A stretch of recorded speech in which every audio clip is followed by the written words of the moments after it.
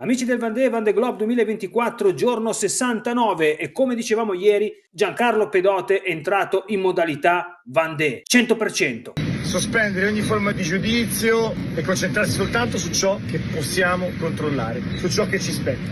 Quindi in questo caso mandare la barca veloce, riuscire a corteggiare le nuvole che ci possono dare vento. Se fosse stato un Vendée Globe normale, se quei tre mitici eroi non fossero già arrivati rompendo qualsiasi tipo di record che potevamo immaginare, questa sarebbe la situazione che tra 6 giorni circa Sengu Chai, Jeremy Bayou e Paul Melat si contenderebbero i primi posti del Vendée Globe. Anche loro è previsto che arriveranno molto prima degli 80 giorni di media che ci volevano una volta per fare il Vendée Globe, fatto salvo quei record fatti da altri epici skipper che però saranno infranti anche quelli. La questione foil o derive, che è il dibattito di questo Vendée Globe. Carissimi amici, come avete potuto vedere dalla carta c'è stato un grande ricompattamento, le barche a derive hanno trovato un buchetto e ci hanno raggiunto, è una situazione veramente stressante, ma in ogni caso questa è la vela oceanica, è così, è rocambolesca.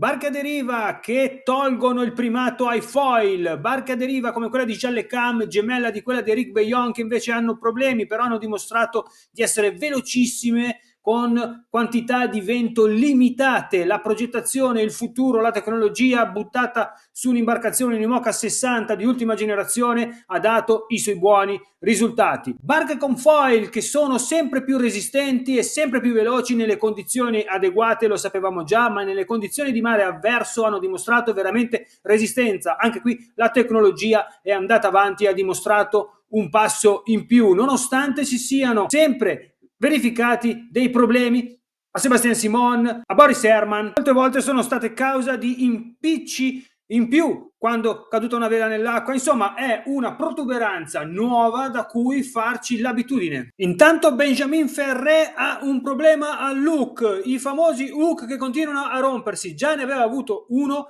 e adesso ne ha uno successivo. Un'altra volta, un altro velista, un altro hook rotto, quindi questo impatterà sulla sua rimonta. Tanguy Turquet lo vede e manda un video. E poi the present of the day, il regalo del giorno per Giancarlo. Questa è la situazione. Tiene risveglia in un campo minato di nubi che ci aspirano tutto il vento, ecco, così sapete perché a volte sulla cartografia non avanzo. E prima di tuffarci nella gara, lasciatemi dire che sono quasi 70 giorni che questi skipper sono, dopo 4 anni di preparazione, in mezzo al mare. C'è chi è già arrivato, ma c'è un grosso numero ancora lì che deve arrivare alle Sables d'Olonne.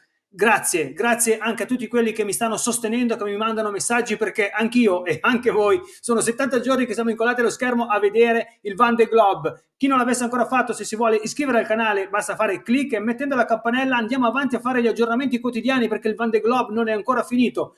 E se vi piace mettete mi piace. Ringrazio come sempre il mio sponsor Sonic Centro Acustico Donati, che vi aspetta a Milano in via Adriano 11 per apparecchi acustici e autoprotettori, tutto su misura, tecnologia ad alto livello. E tuffiamoci nella gara. E ripeto, se fosse una gara più normale, questa sarebbe appunto la situazione, il duello incessante davanti con Jeremy Bayou, che adesso ha superato Sengu Child, anche se sta andando a 3,8 nodi, e Sengu Child a 5,6 nodi, distanza da loro in alternanza 11-12 miglia se l'alternano una dietro l'altra. E poi abbiamo Paul Melat che è riuscito a fare la sua riparazione ed è riuscito quindi a mettere un altro forestay e adesso sta riprendendo miglia su miglia, perché è distante solo 60 miglia da Sam Goodchild. E dietro c'è ancora Nicolas Lumven che si sta preparando a raggiungerli, 140 miglia di distanza, ma è il più veloce in questo momento perché le condizioni di vento a lui sono favorevoli. Vedete davanti che c'è una situazione di vento in calo a 6 nodi. Nelle prossime ore questa situazione rimarrà invariata e quindi Nicolas Lumven potrà raggiungerli senza tanti problemi. Così come potrà sfruttare sicuramente nelle prossime ore Justin Metro e anche Thomas Ruyan, però Thomas Ruyan vedete quanto è distante più a ovest, e quindi vediamo se è una strategia, se vuole arrivare in qualche modo in questo corridoio e poi virare più a est per cercare di rientrare nel gruppo. E come ogni giorno di consueto la rubrica del bricolage quotidiano al Van de Globe, come dice Desjoyaux, ogni giorno al Van de Globe c'è un problema e i nostri skipper sono anche dei multitasking man, devono essere pronti a fare di tutto su quell'imbarcazione. Infatti Justin Metro deve mettere a posto il suo idrogeneratore mentre è all'inseguimento con venti favorevoli e una navigazione completamente a nord per raggiungere il gruppetto davanti a lei.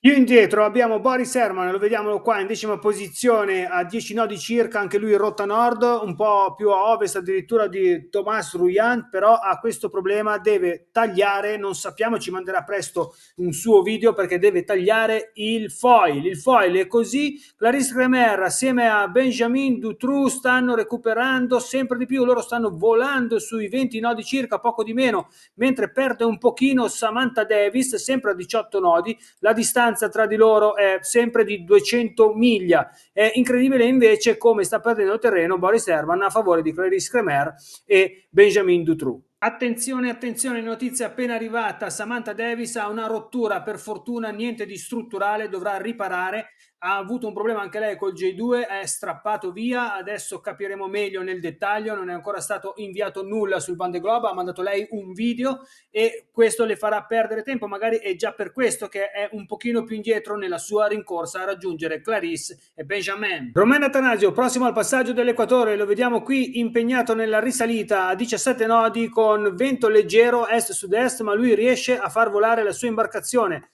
È a distante 457 miglia da Damien Seguin che lo insegue, e poco più sotto abbiamo il nostro gruppetto che capta il nostro interesse principale. Eccolo qua, il gruppetto a 130 miglia circa da Damien Seguin, rotta più a ovest, rotta nord, in posizione ovest abbiamo Isabelle Josquet 16ª, abbiamo Yannick Bestaven che sta dimostrando di che pasta è fatto ma è fuori gara, abbiamo le due barche a deriva, 17esimo Tanguy Turquet e 18esimo Benjamin Ferré.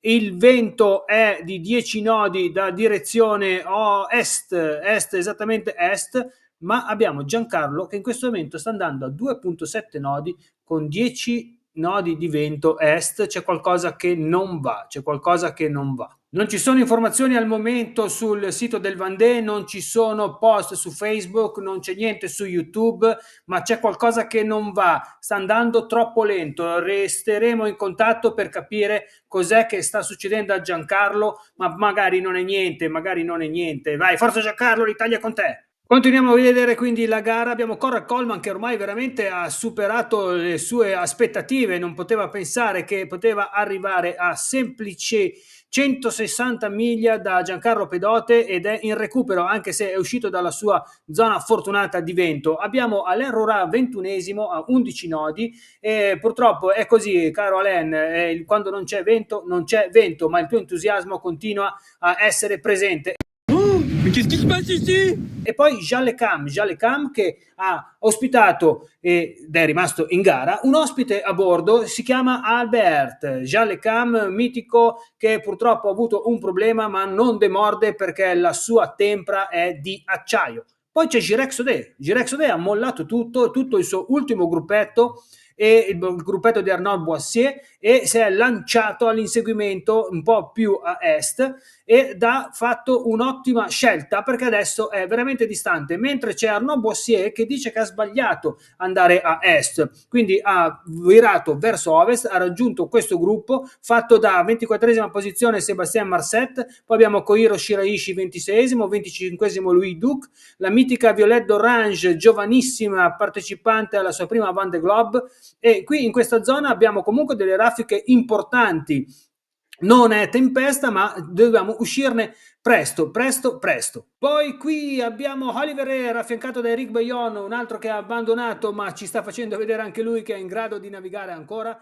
E poi Jin Kun Su ha superato ha superato Antoine Cornic in 30ª posizione. Erano miglia e miglia che cercava di superarlo. Anche loro in una situazione di vento abbastanza complessa, con alle spalle questa grande depressione che nelle prossime ore li abbandonerà perché fa parte di una depressione dei mari del sud, mentre in avvicinamento a Capo Horn in questo momento con raffiche di vento paurose per Dennis Van Weinberg abbiamo Manuel Cousin che ha staccato Fabrice Amedeo di qualche miglia e per loro c'è il prossimo passaggio psicologico e reale di Capo Horn. La regata è avvincente, quasi mi sono dimenticato che i primi 3 maghi del Vendée sono già arrivati perché qui si lotta ancora per arrivare alle Sables d'Olonne, per arrivare sani e salvi, per proteggere la barca e prendere posizioni in classifica, ma ormai si tratta di un qualcosa di più avventuroso. Aspettiamo cosa è successo a Giancarlo, non mancherà l'occasione di mandarvi in qualche modo gli aggiornamenti, nel frattempo buon vento!